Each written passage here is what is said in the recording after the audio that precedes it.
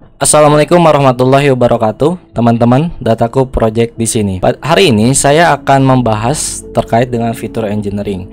Video ini adalah kelanjutan dari video sebelumnya pada tahap eksplorasi data analisis. Jadi bagi teman-teman yang belum menonton video sebelumnya, saya sarankan untuk menonton terlebih dahulu agar pembahasan kali ini nantinya akan klop atau dan nyambung. Nah, apa sih yang dimaksud dengan fitur engineering? Fitur engineering itu kita merubah dataset yang kita miliki. Mengubah itu baik kita menangani yang missing value yang sudah kita temukan gitu ya, menangani outlier, ataupun kita bisa mentransformasikan kolom yang tadinya kategorikan menjadi numerik ataupun kebalikannya seperti itu, ataupun kita juga bisa menghapus kolom yang sudah ada, bahkan menambahkan kolom baru nantinya. Ibaratnya gini, kalau misalkan dokter itu menemukan pasien, tidak mungkin kan dia langsung memberikan obat ataupun menyuntik pasiennya kan. Tentu dia harus mendiagnosis ataupun menginfection si pasiennya terlebih dahulu kan. Nah, saat dokter itu mendiagnosis, itulah yang dinamakan dengan eksplorasi data analisis kalau misalkan di machine learning gitu ya. Nah, setelah dokter itu tahu penyakit pasien tersebut, katakanlah pasien ini butuh obat jenis ini gitu kan, kemudian dia harus disuntik. Nah, pemberian obat dan penyuntikan itulah yang dinamakan dengan fitur engineering. Saya harap teman-teman paham terkait dengan fitur engineering ini ya. Dan langsung saja kita ke kodenya. Nah, pertama yang akan saya lakukan adalah menangani missing value. Nah, seperti yang sudah kita tahu ya, kita punya Nah, kita punya 3 fitur yang memiliki missing value, yaitu egg, cabin, dan juga embarked. Nah, kita harus menangani nih 3 fitur ini. Entah kita menghapusnya ataupun kita memasukkan nilai-nilai lain yang cocok untuk fitur-fitur tersebut. Oke, pertama itu embarked. Saya satu-satu dulu ya, satu per fitur dulu. Embarked dulu deh, embarked. Pada saat kita melihat distribusi data ataupun frekuensi data, embarked itu kan kebanyakan orang berangkat dari Southampton ya, dibandingkan dengan Chibot dan Queenstown. Itu perbandingannya sangat besar sekali. Oleh karena itu, saya akan mengisi 2 nilai yang hilang ini itu dengan Southampton ya. Embarked itu mengisinya dengan nilai, saya supaya nggak salah penulisannya. Nah, Southampton. Copy. Oke, caranya adalah dataset embarked. Dataset embarked ya. Embarked. Dari embarked. Kemudian filna itu fungsi dari pandas untuk mengisi nilai yang hilang ya. Filna dengan apa nih? Dengan Southampton. Nah, seperti ini ya teman-teman ya. Kita eksekusi. Oke, berhasil. Oke, selanjutnya saya akan menangani cabin.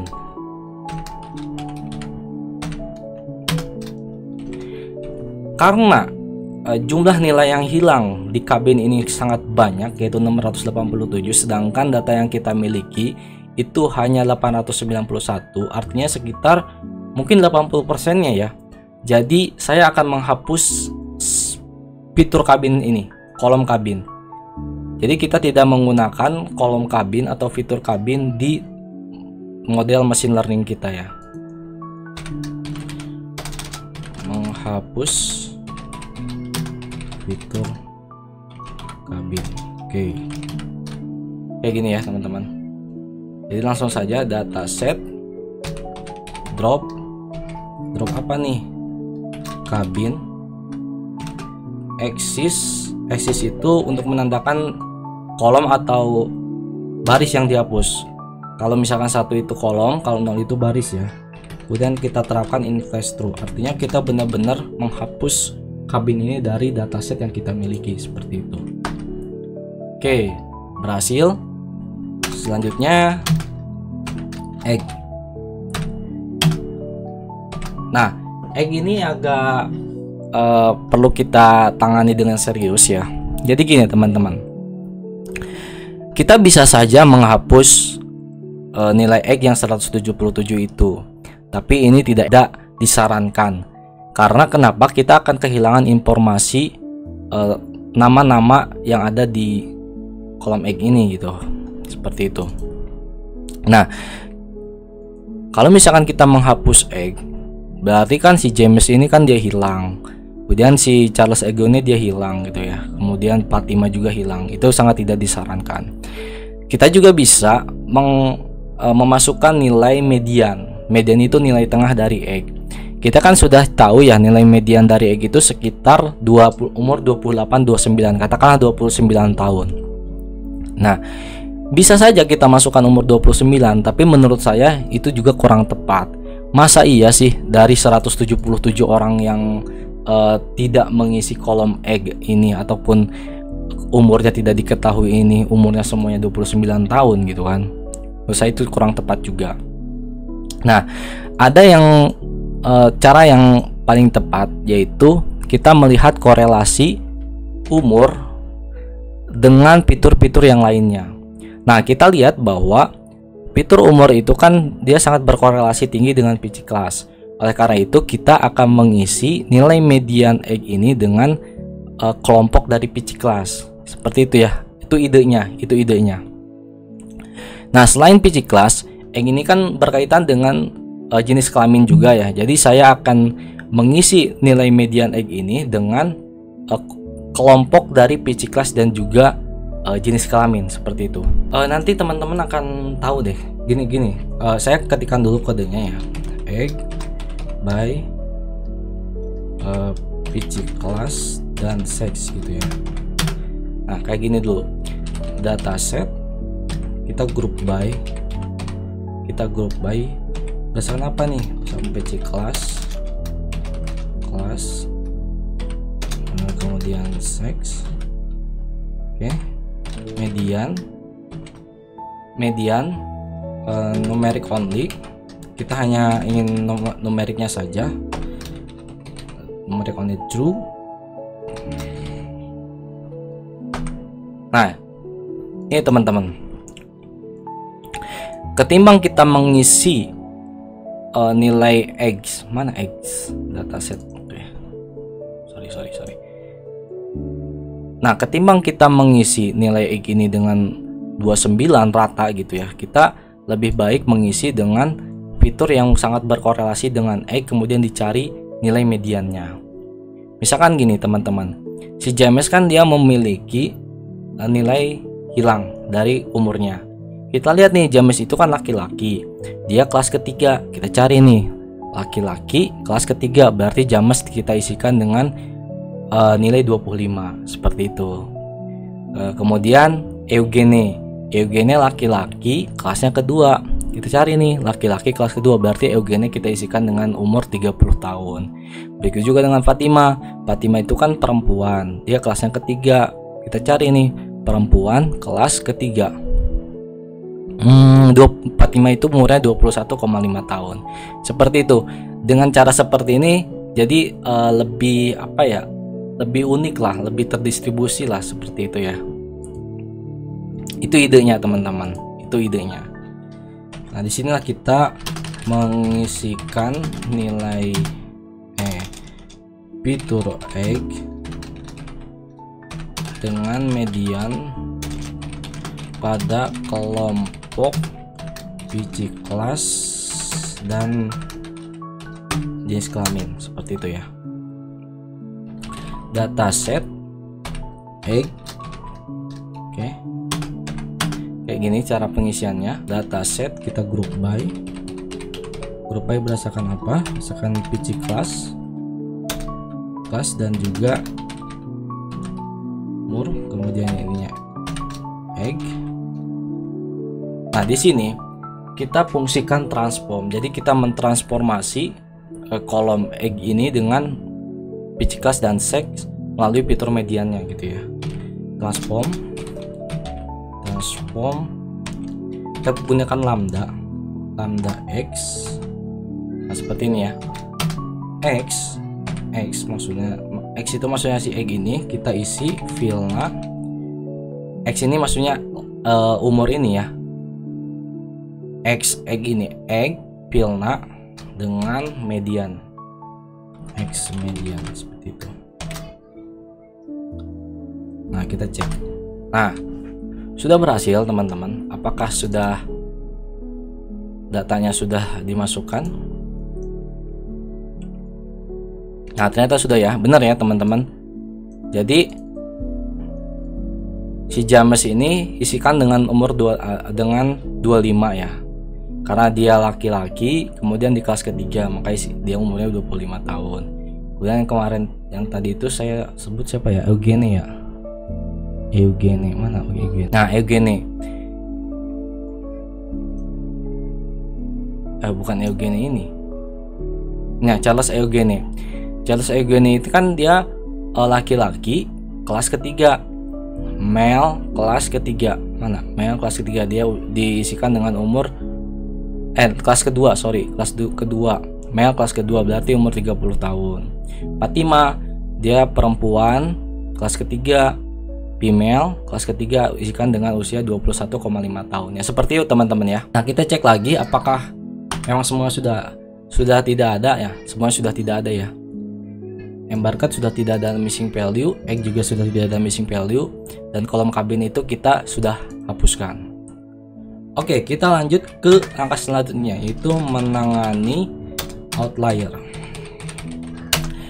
Nah, kita kan kemarin itu bikin box plot terkait dengan eggs dan juga var ya. Jadi kita akan menangani outlier ini dari kedua data tersebut. Sebelum itu, saya akan mengcopy dulu datasetnya, dataset asli. Kita copy aja. Takutnya akan ada perubahan yang kita tidak terduga. Kita masih punya dataset aslinya. Kita buat list dulu, list column outlier. Kita namakan saja outlier. Listnya itu adalah egg dan var. Nah, kita bisa mengecek. Kita lihat ya, banyak sekali outlier yang keluar dari garis whisker ini. Bagusnya sih nilai kotak ini ya, Q1, Q2, Q3 ini berada di tengah. Coba kita cek juga di var. Nah, var juga sama, apalagi var lebih parah ya, lebih parah karena di sini ada nilai outlier yang sangat tinggi ya. Ada satu orang yang bayar itu sampai 500. Akan menanginnya. Kita akan menggunakan loop untuk outlier. Loop untuk outlier. Jadi kita buat for column in outlier seperti itu. Kita cari nilai mediannya, ya. Hitung median sama dengan dataset kolom median seperti ini ya teman-teman. Nah, selanjutnya kita akan mencari atau menghitung Q1, Q2 dan Q3 nya. Menghitung Q1, Q2 dan Q3. Nah, ini ada rumusnya ya teman-teman. Ini ada rumusnya. Q1 dataset kolom kuantil 0,25. Kalau Q3 itu dataset kolom kuantil dari 0,75 ya. Sedangkan untuk IQR itu adalah Q3 dikurang Q1. Nah, ini ada rumusnya teman-teman. Teman-teman bisa lihat nantinya ya. Kemudian kita menentukan batas atas dan batas bawahnya. Menentukan batas bawah dulu ya, batas bawah dan batas atas. Batas atas. Oke, dengan cara lower, sebut aja lower bound gitu ya. Ini variabel bebas teman-teman. Variabel bound Q1 itu dikurang 1,5 dikali dengan 0 dikali dengan IQR. Kalau upper bound itu Q3 ditambah ya, tambah 1,5 itu dikali dengan IQR. seperti ini. Disinilah proses penggantian outliernya. Ganti outlier dengan nilai median ya. Outlier itu maksudnya nilai egg dan var dengan nilai median yang sudah ada. Oke. Dataset kita log ya, kita log dari dataset kolom. Oke. Kemudian di sini yang kurang dari lower bound. Kemudian kita buat lagi dataset kolom upper bound.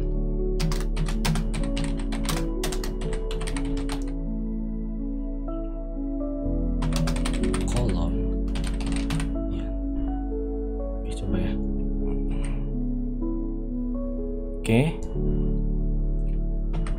Oke, berhasil ya. Pakai ini aja deh.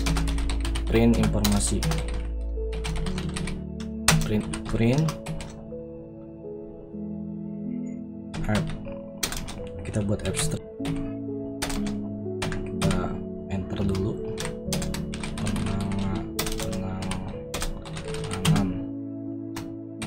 outlier untuk kolom. Fitur aja deh. Fitur. Kita print juga, dibuat abstrak sebawah lower bound ya, tampilkan isinya dua angka di belakang koma, 2F sama juga ya.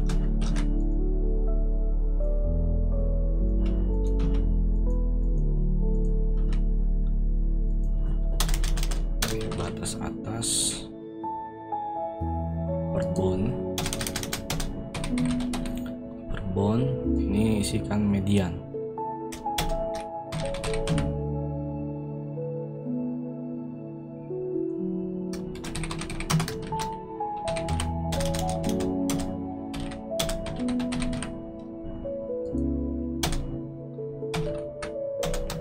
Nah, coba ya.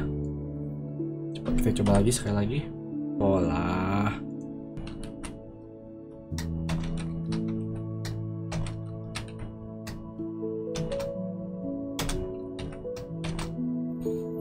Nah, kita coba ya. Kita coba sekali lagi.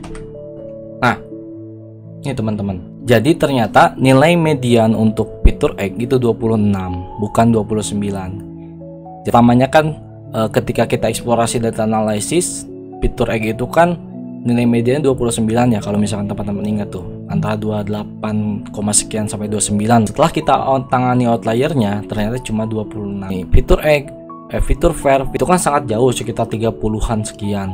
Nah, setelah kita tangani outliernya itu 14,45. Nah, coba kita lihat visualisasinya. Tuh, visualisasinya udah lebih rapi. IKR nih sebutnya, kotak ini IKR. Itu tidak terlalu pipih di kiri gitu kan. Nah, apakah ini masalah? Enggak, menurut saya enggak. Ini wajar-wajar saja kalau misalkan masih ada outlier di sini. Yang penting kan kita sudah outlier yang terlalu jauh itu sudah kita tangani. Ini masih dekat lah. Sama halnya dengan egg misalnya seperti itu. Ini nih. Nah, egg itu sudah terbuang semuanya ya. Nilai outlier sudah kita tangani. Selanjutnya kita akan menangani fitur yang lainnya. Di sini teman-teman, idenya jadi gini. Saya akan membuat satu kolom barunya. Isinya itu adalah nama ditambahkan dengan SIB-SP dan parts. Kenapa? Nama ini kan isinya orang ya. SIB-SP juga kan orang isinya. Sama dengan Farhan dan ini kan orang. Kita jumlahkan aja nih. Kita bentuk kolom baru yang namanya family size. Misalkan si Owen Haris, dia family size-nya berapa sih? 1. Berarti kan dia cuma 2 orang gitu ya. Kemudian si Gostal Leonard, dia bawa saudara sama pasangannya itu 3. Kemudian Panancilena 1, berarti 3 tambah 1 tambah 1, berarti jumlah keluarga dia itu ada 5 orang. Membuat kolom baru family size ya. Oke, family size dataset kita buat family size gitu ya. Family size datas dari apa? Dari zip sp ditambah dataset parch. Oke. Nah, ditambah satu itu apa? Satu itu nama ya. Jadi kita buat kolom family size, isinya adalah dataset zip sp ditambah dataset parts ditambah satu orang gitu ya, maksudnya gitu. Cek, nah sudah berhasil. Kita lihat nih. Nah, ada ya, kan si Owen Harris 1 ditambah Owen Harris sendiri jadi 2. Kemudian ini kan 5 tuh, 3 tambah 1 4 tambah Ghost Leonard jadi 5. Ini 7, 5 ditambah 1 tambah 1 jadi 7. Selanjutnya saya akan memvisualisasikan kolom family size ini ya. Kita pengen lihat frekuensi dari datanya. Subplot untuk visualisasi figur. Kita buat figur, kemudian akses figur, akses ya, plt subplot gitu, plt subplot. Big size nya misalkan 12 kali 6 bisa, itu maksudnya figurnya ini. Kemudian akses itu jumlah baris dan kolomnya. Encol, tekan seperti encals, kolomnya 2 dan barisnya terus 2 kali 2. Oke. Seperti itu. PLT subplot adjust right. Ini itu untuk mengatur jarak antara subplot ya. Membuat plot untuk menghitung family size gitu ya.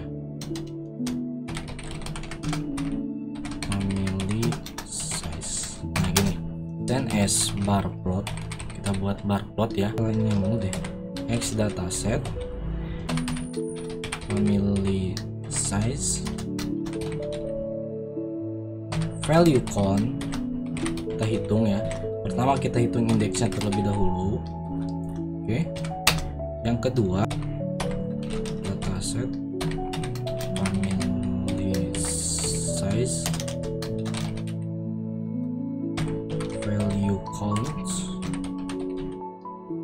Nah kalau ini value nya nih, nilainya case-nya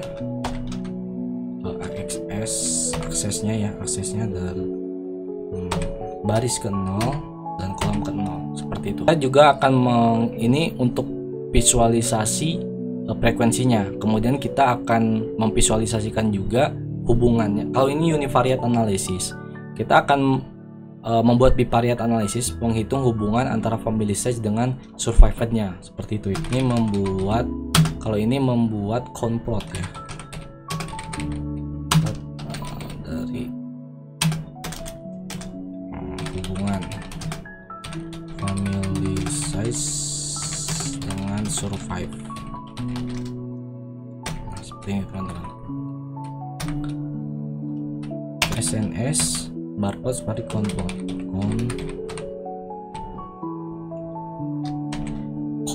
itu adalah family size itu survivor. Datanya dari dataset, dataset AX nya itu AX dari itu. Nah, PLT coba kita lihat dulu ya. Plot PLT.show.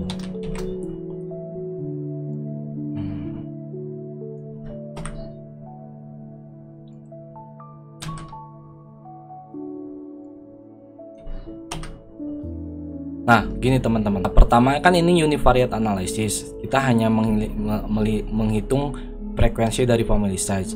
Ternyata dari family size itu kebanyakan adalah orang yang single.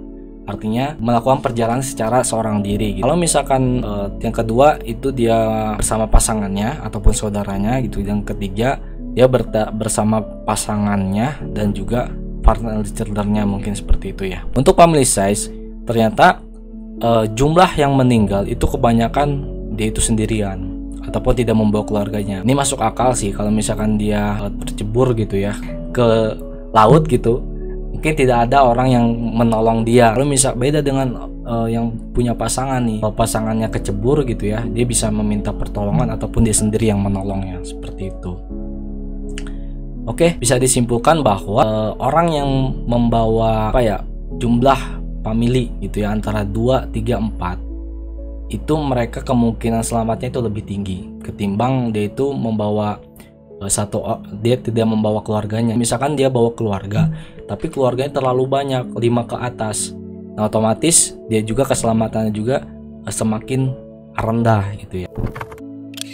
Sekarang kita akan memetakan ukuran keluarga ke dalam kategori gitu ya, agar terlihat lebih mantap lagi visualisasinya untuk memetakan ukuran keluarga ke dalam kategori. Kita buat family maps gitu.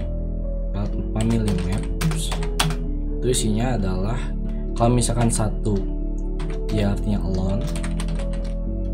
Nah, kalau jumlah keluarganya 2 berarti family size-nya itu small.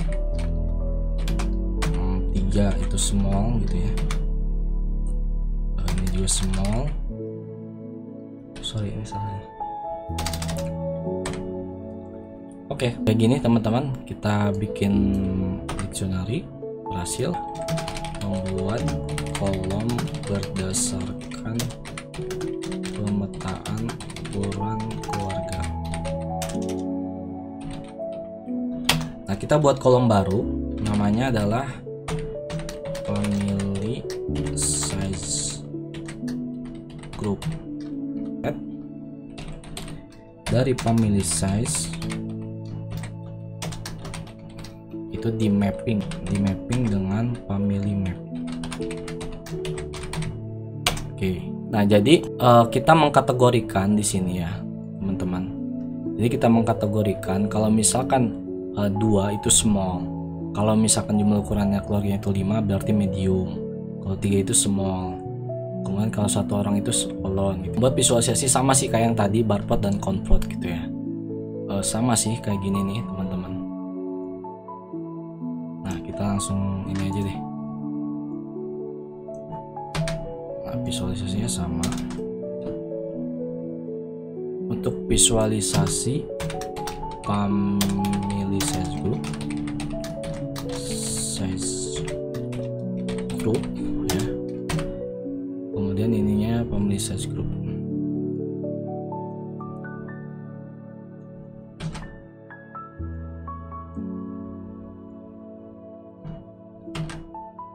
Oke, ini family size group, ini family size group. Aksesnya baris ke 1, ini juga baris kolom ke 0, baris ke 1, 1. Nah, seperti ini teman-teman. Kita hilangkan. Oke, coba kita run ya. Nah, kita run coba. Tadinya saya pengennya yang 2 ini tuh masuk ke sini gitu kan. Gak apa-apa deh, yang penting interpretasinya, nanti saya benarkan kodenya. Nah, jadi ternyata benar ya teman-teman. Bentar ya, kayak gini aja deh. Ternyata benar ya, alone itu jumlah yang ikut itu lebih banyak sendirian. Yang kedua diikuti dengan jumlah keluarga yang semua yang ikut ke kapal Titanic. Disusul yang ketiga itu medium dan yang keempat large ya. Ini berurutan sih. Lihat bahwa berdasarkan jumlah yang hidup dan meninggal, orang yang membawa keluarganya itu kecil dengan jumlah kecil tadi 1 sampai 4, itu kemungkinan selamatnya itu lebih tinggi ketimbang dia sendirian ya, dia sendirian. Nah, emang tapi jauh lebih resiko lagi ketika dia itu membawa keluarganya cukup banyak, antara 5 sampai 11 orang gitu. Setelah kita membuat 2 kolom baru, yaitu family size dan family size group, dari kolom nama, ship SP sama Farge. Kemudian kita akan membuat kolom baru juga, yaitu tiket. Membuat kolom baru tiket frekuensi, tiket frekuensi dari kolom tiket.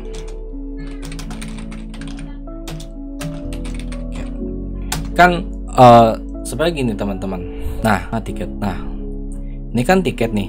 Saya pengen frekuensi dari tiket ini berapa. Misalkan 113803 itu frekuensinya berapa sih gitu kan. Ada berapa nih kemunculannya. Kemudian 3499 juga dia itu berapa. Kemungkinan kalau misalkan si Gustav Leonard itu dia bawa pasangan 3, saudaranya dan pasangannya 3 orang, kemudian perancangan 1 orang, dia akan memesan tiket yang sama 349909. Apakah itu benar? Nanti kita akan lihat kayak gitu idenya ya. Dataset kita buat frekuensi tiket gitu ya, frekuensi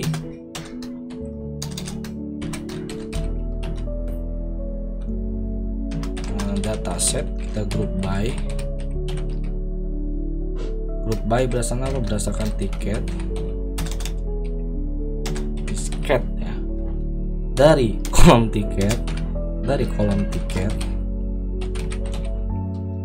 Oh ya teman-teman, mungkin teman-teman ada yang bingung ya, dari tadi saya bilang kadang-kadang kolom, kadang-kadang fitur gitu ya. Nah, sebenarnya kalau misalkan di Excel itu kan ini sebutnya kolom ya. Nah, kalau misalkan di istilahnya machine learning itu ini disebutnya fitur. Kalau di data science itu biasanya disebutnya atribut. Dan kalau misalkan di statistika ini biasanya disebut variable independent.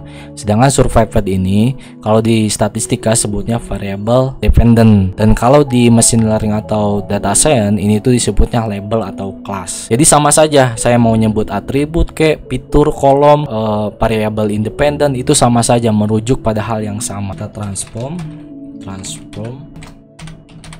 kita hitung maksudnya. Nah, coba kita cek ya. Nah, ini benar teman-teman, udah ada frekuensinya. Tetap benar ya, dia itu cuma beli 1 tiket si Owen Harris ini. Gustav Leonard dia beli 4 tiket ya, tapi padahal dia punya keluarganya mungkin 1 tiket lagi, tiket yang berbeda seperti itu ya. Kemudian si Nicholas juga sama 3 tiket, ini 2 tiket, ini sama ya. Nah, jadi gini teman-teman, dulu itu di kapal Titanic itu kan biasanya majikan selain dia bawa pasangan, bawa keluarganya, kadang dia bawa pembantunya juga. Bisa jadi misalkan nih si Leonard dia bawa keluarganya itu 4, 5 ya, tapi yang dipesan tiket 349909 itu cuma 4. Bisa jadi satunya itu yang lain gitu, karena mungkin itu temennya ataupun siapanya gitu ya, bantunya dan sebagainya. Visualisasi frekuensi tiket. Kita buat PLT buat figur fixed size. Nah, fixed size nya itu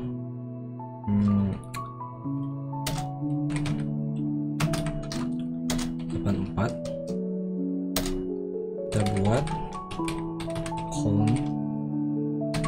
Kita buat count plot frekuensi tiket.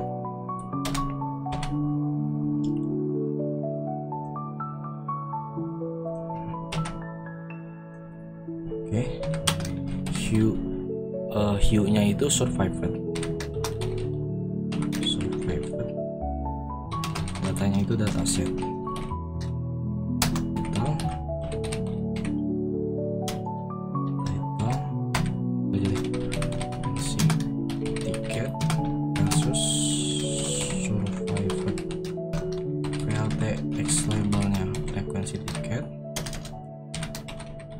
frekuensi peak.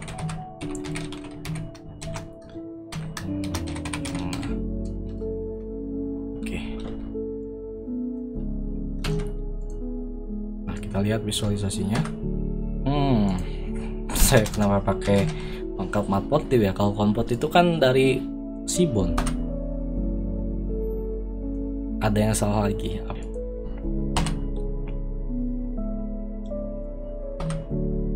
Nah, ini teman-teman.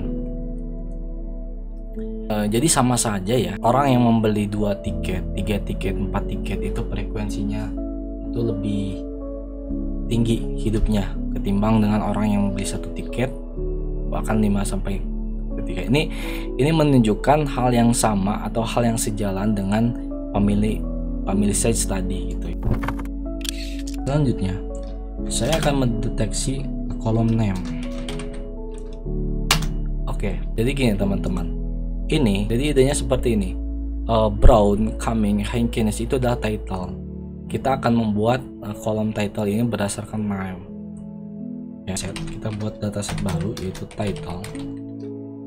Kita buat kolom baru yaitu title, dataset dari name, kita string split. Nah, oke, kita ambil indeks pertama ya, kemudian kita string split lagi sama kayak tadi, expand to